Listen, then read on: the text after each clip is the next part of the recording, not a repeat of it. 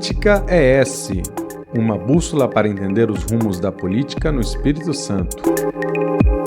Olá, eu sou o Vitor Taveira, você está assistindo ou ouvindo o Política ES, programa do Século Diário sobre política e poder aqui no nosso estado. Lembro vocês que os programas estão nos canais do Século Diário no YouTube e nas plataformas de áudio, como Spotify e Google Podcast, só você seguir lá para acompanhar em primeira mão as novidades. Hoje, nosso convidado aqui é o Renzo Vasconcelos, ex-vereador de Colatina, ex-deputado estadual e atualmente aí à frente do PSD, né, do partido. Renzo, primeiro, bem-vindo, né? Obrigado pela presença aqui com a gente para trocar essa ideia aí sobre os seus rumos e sobre os rumos do partido, né? Vitor, quero agradecer aos telespectadores que nos assistem e dizer o seguinte: de forma democrática, você faz um trabalho excelente, que você leva até o cidadão mais informação e para as pessoas que às vezes não conhecem a gente, ter um juízo de valor melhor. Então, assim, obrigado pelo carinho, estou à sua disposição todas as vezes que me convidar, vai ser uma honra estar presente com vocês. Bom, eu queria começar falando, né, das últimas eleições, 2022, você foi o terceiro deputado federal mais votado do Espírito Santo, com mais de 82 mil votos, pelo PSC, né? Acabou não sendo eleito, assim como todos os que tentaram, né, os deputados estaduais que tentaram dar espaço para a federal não foram eleitos, mas você foi o que se saiu melhor, né? Foi o terceiro mais votado e parece que você acertou no cálculo de que você tinha densidade eleitoral, digamos, para concorrer, mas acabou ficando fora, até talvez um erro na escolha do partido, né? Não teve votos suficientes, o partido não teve votos suficientes para você ser eleito. Queria saber como é que você avalia, né, esse resultado e por que você decidiu trocar de partido também. Como, independente de estar na política ou não, mas como cidadão, eu avalio com uma certa frustração. Porque se a democracia é a vontade da maioria, a maioria me escolheu. Mas a regra do jogo estava lá e eu precisava de entender melhor. Não dependia só da minha vontade. A gente precisa de fazer outros tipos de construções partidárias. Eu mesmo fazia parte do Partido Progressista e tive que me retirar porque não tinha vaga para a federal. E aí tentei construir entre os partidos, construir com o PSC, mas eu sempre digo o seguinte: Deus escreve certo por linhas certas. Nós entortamos as linhas. E não era o tempo. Não tem outra justificativa. Mas ele me honrou. O Espírito Santense me honrou. Para mim, ter voto nos 84 municípios e em 16, 17 municípios, se eu não me engano, ser o mais votado, isso já é uma obrigação moral minha, que para o resto da vida, tudo que eu fizer pelo Espírito Santo, eu não tenho como retornar tamanha gratidão. E esse jogo político, não saio com a cabeça baixa, não. Tudo na vida a gente tem que olhar o lado positivo. Aprendi muito com isso. Agora trabalhar para continuar com os novos projetos. Por que você optou por ir para o PSD? Que é um partido que tem uma bancada respeitável, né, na Câmara Federal. Tem o Gilberto Kassab como líder, que é visto como um dos mais hábeis, né, políticos hoje no Brasil, mas não elegeu nenhum deputado estadual nem federal. Agora tem o Gandini, né, como deputado estadual, que se filiou ao partido depois das eleições. Mas assim, ainda é um partido pequeno. Por que você escolheu? O que você pretende? Qual é a sua ambição, né, à frente do partido hoje no estado? Eu costumo dizer que quando as pessoas fecham uma porta, Deus abre uma janela. E perdi a eleição e não fiquei em casa choramingando. Fui trabalhar. E na hora certa, no momento certo, tive a oportunidade de conhecer o Kassab. Pessoalmente, já conhecia, já vi um trabalho, já admirava todos esses predicados que você mesmo mensurou. E acho muito hábil na forma de construção, na forma de diálogo.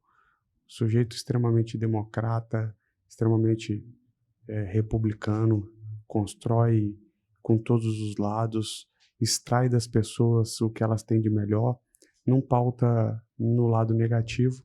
E o PSD, ele estava com uma certa dificuldade nas construções e ele, assim, me convidou para esse desafio. E eu fiquei muito lisonjeado. Normalmente você vê isso quando é você estar mandatário. Eu tinha recém saído de uma eleição com 83 mil votos, mas sem mandato. E olhei as estruturas partidárias no momento. Acho que como todo empresário, como todo bom político, pega aquilo dali como um desafio. E a gente precisa trazer essa expertise do setor privado, a gente precisa trazer essa inteligência, um pouco mais de transparência nos atos, para a gente dialogar melhor, lembrando sempre que o cidadão precisa ser primeiramente beneficiado. Então, eu vi uma oportunidade de crescer politicamente no partido, de ampliar os laços partidários para construir para os próximos anos. Peguei um partido com 25 municípios constituídos, batemos 60 e até a semana que vem vamos constituir mais alguns municípios sem mandato, com 10 meses de empossado. Eu acho que já é um avanço muito grande para essa eleição, mas já começamos também a tratar das próximas eleições, tanto que Fabrício Gandini hoje está deputado do PSD, tenho também diálogo com outros deputados, prefiro não expor. Pode vir na próxima janela novos deputados? Pode. Estaduais ou federais? Estaduais. Mas tenho conversa também com federais. Essa é a vertente que a gente imagina para os próximos anos no Espírito Santo. Eu tenho uma obrigação moral, não só com o Kassab, mas comigo, de fazer um representante na bancada federal e alguns na bancada estaduais, quem sabe 3. Kassab é tão hábil que ele consegue que o partido esteja ao mesmo tempo no governo Lula e no governo do Tarcísio de Freitas, né, em São Paulo, que é aliado do Bolsonaro. Então, assim, para ter uma ideia de como é que ele vem, né, costurando e construindo o partido. Eu penso muito assim, o cidadão não quer guerra partidária. O trabalhador que já paga um alto índice tributário no nosso país, ele quer assegurar que tem uma educação de qualidade, ele quer assegurar que tem uma saúde humanizada para quando ele precisar, ele ter a segurança de ser atendido com a qualidade, ele quer que gere emprego e renda e que ele possa sustentar a sua família. Ele quer viver em paz, ele quer um país seguro e não quer brigas e discussões. Então, com habilidade, eu copio um pouco assim o presidente nacional e converso para a gente errar menos, até porque quando você está num cargo público, é o cargo de representatividade popular. Você deveria representar a vontade do público e nem sempre a gente vê isso. Então, não dá para ter só as vontades particulares de A, B e C ou de partido. Você precisa de ver o tocante que a população precisa e você representar. Acho que ele faz muito bem e acho que estou tentando encaminhar nesse caminho e copiar e plagiar ele um pouco. Se eu conseguir 10%, eu acho que estou suficiente. Agora, falando assim, você falou da constituição de diretórios em 60 municípios, né, de 78 do estado. Enquanto vocês pretendem lançar candidaturas de prefeito? Hoje nós temos mais de 20 prefeitos em municípios importantes. Pré-candidatos. Até porque senão eu exponho eles antes do tempo. Isso foi um equívoco. É a emoção, é o calor que leva a gente mais pré-candidatos. Espero, na próxima semana, quem sabe, colocar mais 5, 6 pré-candidatos a prefeitos também. E tem algum eleito que vai para a reeleição? Tem. O prefeito de Água Doce do Norte, Abraham Lincoln. E quais são as candidaturas prioritárias ou que você considera que tem mais chance? Tirando a sua, né? Eu não falei ainda, mas é pré-candidata a prefeito de Colatina, né? Sua terra. Mas quais outras vocês têm trabalhado? Assim, eu não posso cometer o equívoco de dizer que uma tem prioridade do que a outra. Eu acho que eu digo as que têm mais chance ou as que dos municípios maiores, digamos assim, que são mais relevantes politicamente. Vou te contar uma história. Quando eu entrei na vida pública, parte da minha família falava que eu não tinha 100 votos. Toda candidatura é viável.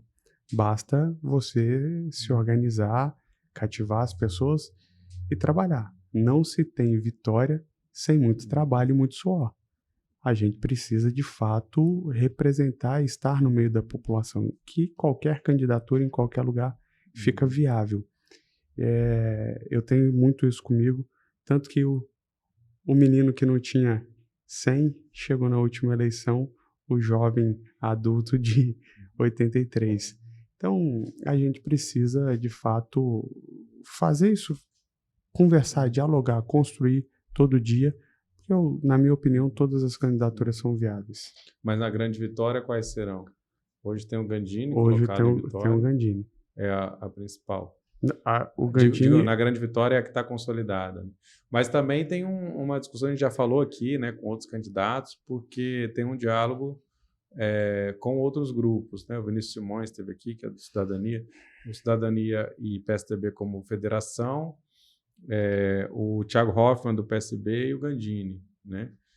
A chance do Gandini não sair candidato num acordo, como é que está sendo essa conversa? Quando eu trouxe o Fabrício Gandini para o PSD, o convite foi que ele viesse construir o partido junto e não viesse para eu determinar algo explícito para ele. Enfim, eu dei total liberdade, não só em Vitória, mas aonde ele quisesse construir nos outros municípios.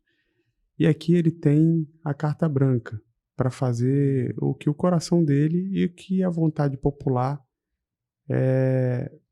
assim peça.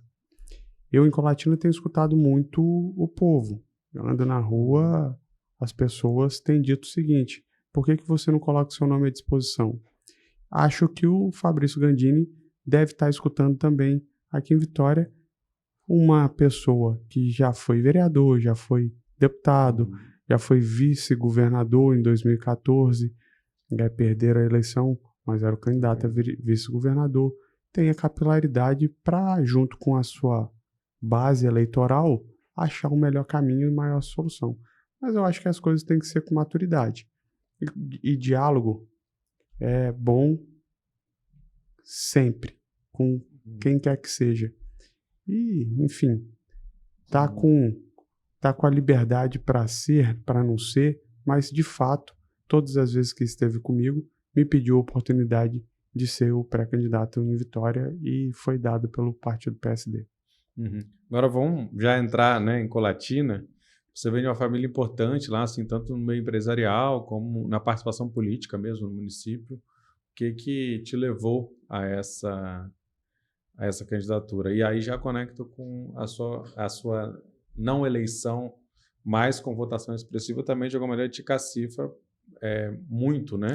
Para entrar nessa disputa como um dos favoritos. Assim. Dos 83 mil votos, 25 foram em Colatina, mais ou menos. E eu acho que o colatinense não entendeu muito, assim como eu depois fui digerir e entendi, mas não entendeu muito o porquê não da eleição. E logo posteriormente à eleição, o colatinense começou a dizer o seguinte: é injusto, por que você não vem para prefeito? Eu comecei a escutar essas coisas de Colatina. Eu sempre costumo dizer, ditado popular, que quando o cavalo passa arriado, a gente monta. Eu, do interior, a vida inteira mexi com propriedade rural, eu sempre montei e apertei bem as rédeas. Mas se você não segurar, você cai. Então, você precisa fazer firmar o pé no chão. E o colatinense tem esse anseio.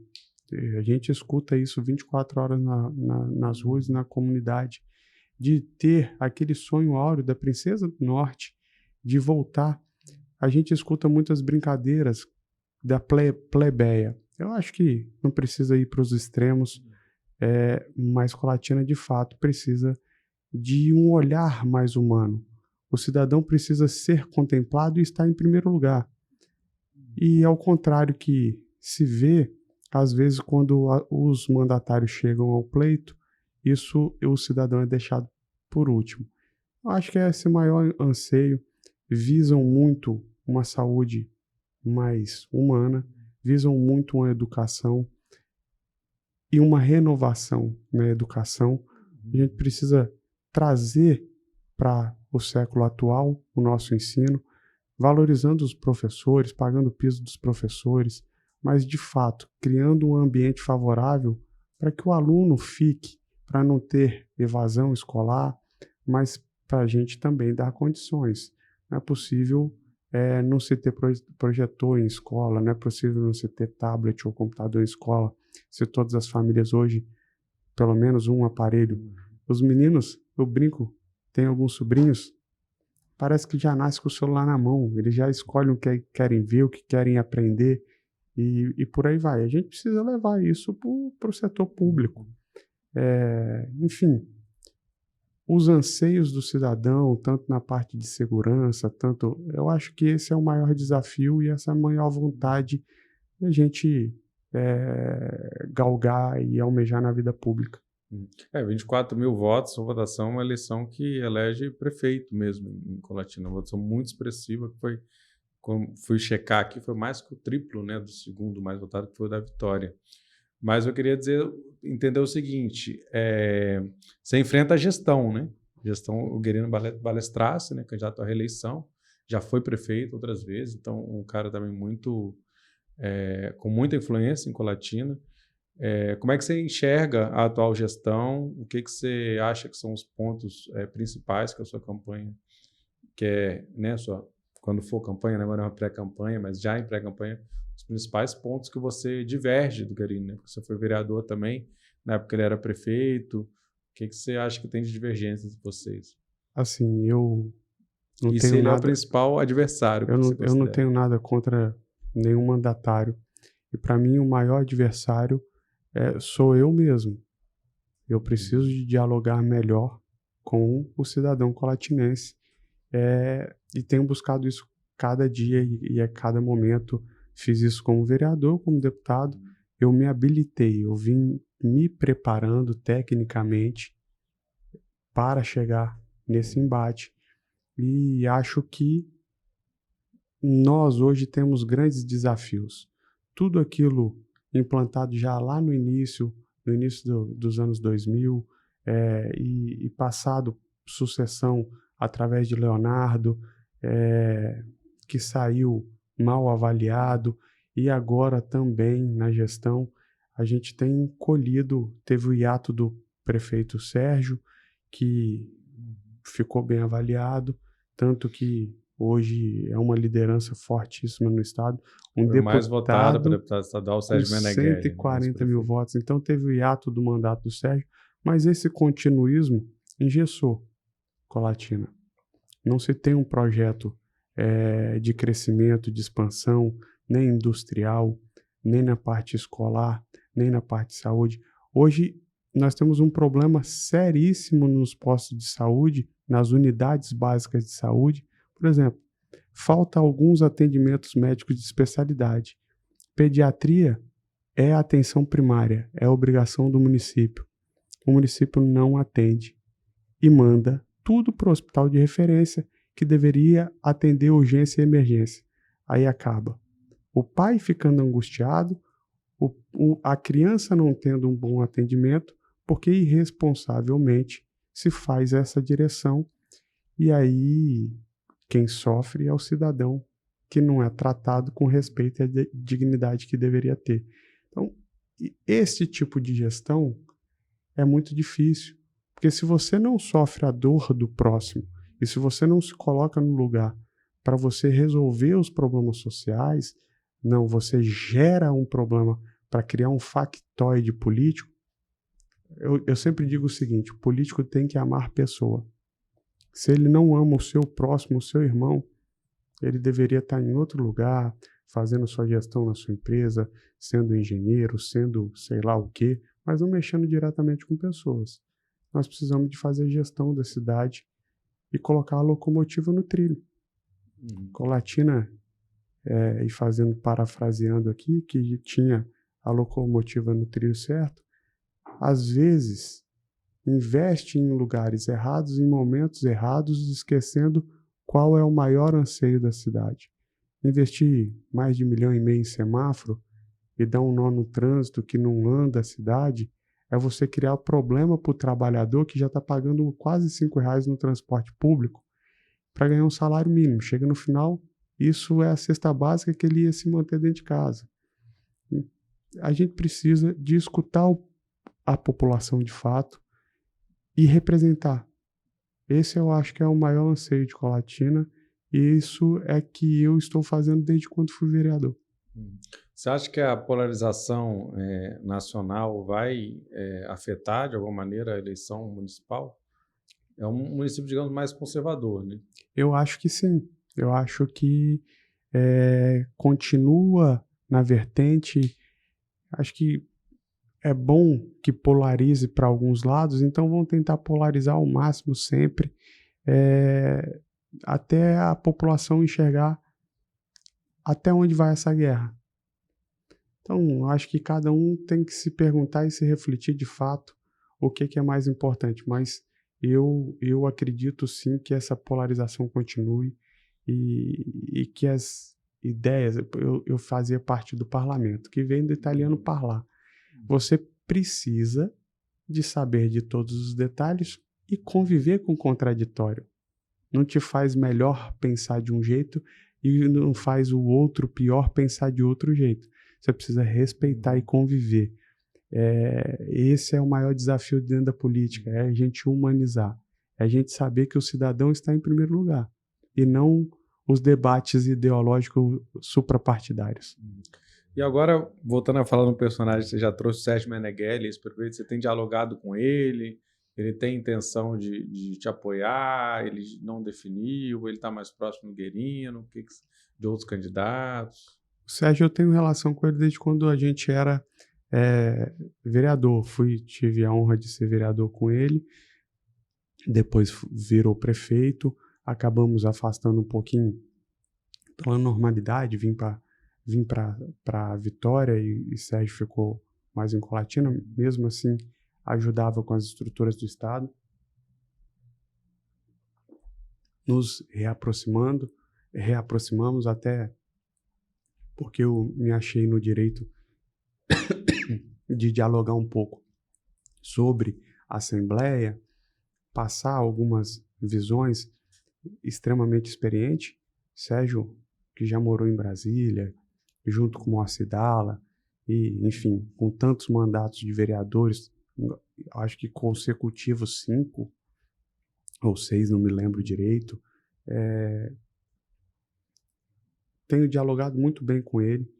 É um candidato fortíssimo ao que quiser. Era um presidenciável a eleição passada, tinha gente que pedia isso como o melhor prefeito do Brasil. Era um senador eleito, como já escutei de muitas pessoas falando. Era um deputado federal eleito. E, enfim, virou o deputado estadual mais votado da história do Espírito Santo. Então, é um cara politicamente assim invejável no bom sentido e que constrói, trabalhador a vida inteira, veio de base e a gente tem um bom diálogo sim. E também se vier candidato seria um forte candidato, sem dúvidas, né? Mas como é que você está construindo aí em termos de alianças partidárias? Já conseguiu firmar alguns apoios à sua candidatura? Hoje a gente nós estamos construindo mais 2, estou na capital, hoje construindo mais 2 partidos, mas declaradamente União Brasil, Republicanos e o PSD.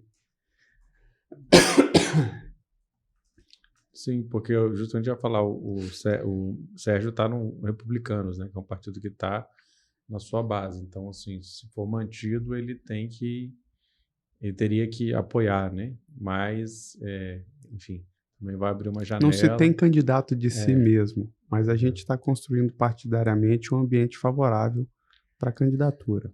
E como é que vocês estão construindo lá também a base do partido em Colatina para vereadores? O partido está bem montado, as chapas muito fortes. Nós temos aliado a gente alguns mandatários e muitos sem mandato. Mas aí tem vereador Coelho, vereadora Kessia, vereador João Marcos, vereador Ângelo Stelzi. Todos esses vêm para a reeleição e é alinhado partidariamente com a gente. Já é forte, né? Já é uma Já é um time... Uma bancada relativamente grande, né? Para o tamanho do município. Mas então é um pouco isso. Você quer deixar mais alguma mensagem para terminar aí? Assim, eu quero agradecer de coração o espaço, o diálogo. Me coloco sempre à disposição. Dizer que nós precisamos de pessoas que façam uma boa política, que debatam e construam cada vez mais uma cidadania mais humanizada, que respeite o anseio do cidadão. E isso é a minha busca sempre, trazendo esse olhar empreendedor da iniciativa privada, essa expertise e esse crescimento que a iniciativa privada tem para essa visão pública e construir um ambiente favorável de crescimento com geração de emprego e renda e que as pessoas tenham cada vez mais condições de suprir as necessidades de sua família. Como é que você está olhando a partir do PSD também para a conjuntura estadual, para as eleições de 2026, que agora já estamos na antessala, né? Vocês têm enxergado um caminho, porque Casa Grande já não é candidato à reeleição. O que você enxerga que é possível construir para daqui a 2 anos? Sem dúvida nenhuma, um gestor e que queira ficar no lugar de gestor público, ele precisa sempre olhar 2 eleições na frente. Então, nós não chegamos nem em 24 para disputar, já estamos olhando 26 e 30. O PSD vai ser um partido importantíssimo, porque procura sempre o diálogo, partido de centro-direita, e que tramita e dialoga com todas as partes. Óbvio que nós estamos já, de fato, montando as chapas, tanto de federal quanto de estadual, mas de olho nos acordos e na participação no governo do estado. Qual a sua ambição na política? Até onde você pensa em chegar?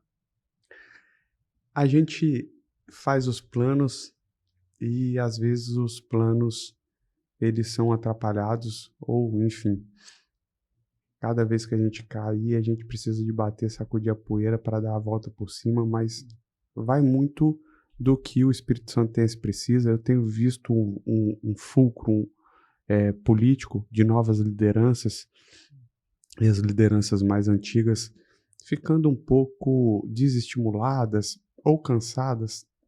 Então, assim, o futuro a Deus pertence. Mas, de fato, eu galgo caminhos longos com passos pequenos para não desequilibrar, quem sabe aí à frente do nosso governo de estado. Beleza, muito obrigado, Renzo Vasconcelos. Essa foi o Política S, programa semanal do Século Diário, produção e locução minha, Vitor Taveiro, apoio técnico aqui do Cauã Elmer, do Tony Braga, hoje aqui no Estúdio 42B. É isso, gente, obrigado. A gente está no ar aí, lembrando, né, toda quinta-feira, a partir das 17 horas, sempre tem um programa novo para vocês. Valeu, acompanhe também o Século Diário nos canais do YouTube, plataformas de áudio e no séculodiario.com.br, com notícias todo dia, novidades para você sobre o Espírito Santo. Valeu, Renzo. Obrigado, muito obrigado pelo carinho.